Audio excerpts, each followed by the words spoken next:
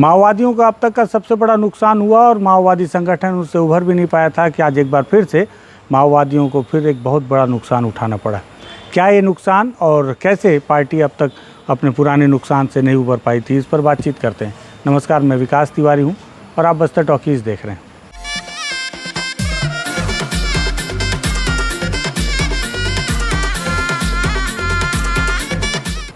दरअसल आपको याद हो कि 21 मई को माओवादियों के अब तक के शीर्ष नेता जो रहे हैं, जो कि दंडकारण में महासचिव बसवा राजू को और साथ ही साथ उनके और 27 साथियों को जवानों ने गुंडेकोट के जंगलों में घेर कर मार गिराया था। ये अब तक का सबसे बड़ा नुकसान दंडकारण में है, जब से 4 दशक से माओवाद है यहाँ पर अपना अस्तित्व जमाए हुए। और अभी माओवादी संगठन इस नुकसान से उबर भी नहीं पाया था। उन्होंने ये फैसला भी नहीं ले पाया था कि उनके जो बचे हुए 15 शीर्ष जो माओवादी नेता हैं, जिसमें 11 सेंट्रल कमेटी के और 4 पोलित ब्यूरो हैं, उनमें से किसे महासचिव का पद सौंपें।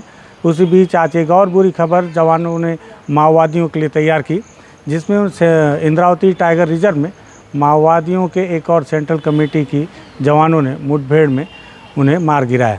मारे गए माओवादी का नाम सुधाकर बताया जा रहा है और साथ ही साथ ये बताया जा रहा है कि इन पर 1 करोड़ रुपए का इनाम घोषित किया है। सुधाकर के कई नाम थे अलग अलग इलाकों में, जैसे एक उनका नाम है टेंटू लक्ष्मी नरसिम्हाचलम उर्फ गौतम उर्फ सुधाकर उर्फ आनंद उर्फ चंटी बालकृष्णा उर्फ राम राजू उर्फ आर उर्फ अरविंद उर्फ सुमन्ना।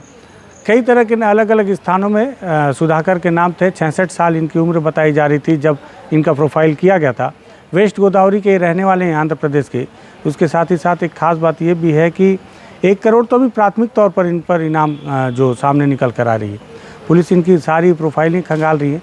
जिस तरह से बीते दिनों बसव राजू पर 10 करोड़ का इनाम घोषित किया गया था अलग अलग राज्यों में, हो सकता है कि सुधाकर पर भी अगर पूरी प्रोफाइलिंग खंगाली जाएगी तो इन पर कई और भी इनाम बढ़ाए जा सकते हैं।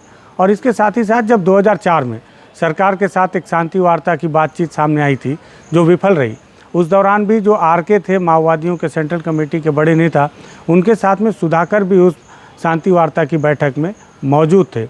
हालांकि वो शांति वार्ता जब सफल नहीं हो पाई थी, उसके बाद से ही सुधाकर भी अन्य माओवादी नेताओं की तरह अंडरग्राउंड हो गए थे, लेकिन उसमें से बहुत सारे नेता उस वक्त मारे भी गए थे। माओवादियों का जो शीर्ष नेतृत्व है वो पूरी तरह से कमज़ोर नज़र आ रहा है इस समय। और अब मुझे लगता है कि माओवादी संगठन के सामने नेतृत्व का संकट भी गहरा रहा है। और जिस तरह से इंद्रावती टाइगर रिजर्व में आपको याद हो, बीते दिनों यहाँ पर 31 माओवादियों को मारा गया था और उसी इलाके के अगल बगल में, जो कि महाराष्ट्र बॉर्डर से लगा हुआ इलाका है, वहाँ पर इस सुधाकर को, जो कि सेंट्रल कमेटी के सदस्य हैं, उन्हें मारा गया। इसमें एक और ख़ास बात आपको देखने को मिलेगी कि इतने बड़े सेंट्रल कमेटी के सदस्य को मारा गया, लेकिन इसके साथ और भी कोई माओवादी के मारे जाने की सूचना नहीं है, जिस पर कुछ सुरक्षा बल के अधिकारी ये भी कयास लगा रहे हैं कि अब जब माओवादी लगातार घिर रहे हैं, तो जब उनके बड़े नेता पहले जब मारे जाते थे तो उन्हें बचाने की कोशिश की जाती थी, लेकिन अब जब माओवादियों के बड़े नेता मारे जाते हैं तो उनके जो कमांडर हैं या जो उनके जो सुरक्षा दल दस्ता है, वो अपने लीडर को छोड़कर ही भाग जाता है। और यही वजह हो सकती है कि इस बार जिस तरह से ये सुधाकर को मारा गया तो वहाँ उनका कोई भी सुरक्षा दल मारा नहीं गया उस मुठभेड़ में। दूसरी तरफ ये भी हो सकता है कि बीते दिनों जिस तरह से माओवादियों ने एक आरोप लगाया था कि रेणुका को और साथ ही साथ बोड़गा में उनके एक जो मुरली, जो पुराने उनके जो शीर्ष नेता थे DKSZC के, उन्हें पकड़कर मारा गया। और यही वजह है कि वहाँ पे कोई मुठभेड़ जैसे स्थिति उत्पन्न नहीं हुई और साथ ही कोई और भी लोग नहीं मारे गए। तो ये भी हो सकता है कि जिस तरह से पोलित ब्यूरो ने एक पत्र जारी किया अपने लोगों के लिए कि समय अनुकूल नहीं है, हर कोई अलग अलग स्थानों पर अपने आप को अंडरग्राउंड कर ले, तो कहीं ऐसा तो नहीं कि ये भी अंडरग्राउंड रहा हो सुधाकर और वहाँ जवानों को पिन पॉइंट सूचना मिलने के बाद उन्होंने उसे पकड़कर जो भी पूछताछ करके इस तरह की उन्हें मुठभेड़ में मारा हो। क्योंकि इतने बड़े नेता के साथ किसी और सुरक्षा दल का ना मारा जाना भी कई संदेह पैदा करता है। बहरहाल जो भी हो, ये तो आने वाला वक्त बताएगा, क्योंकि पुलिस का बयान अभी इस पर नहीं आया है।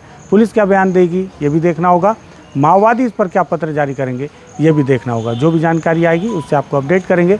लगा कि माओवादी संगठन को बड़ा नुकसान पहुँचा है, जवानों को फिर से एक बड़ी सफलता मिली है। इस जानकारी को आप तक पहुंचाऊं, इसलिए इस वीडियो को हमने तैयार किया है। पसंद आए तो शेयर कीजिएगा, बस्तर टॉकीज को सब्सक्राइब कीजिएगा। धन्यवाद।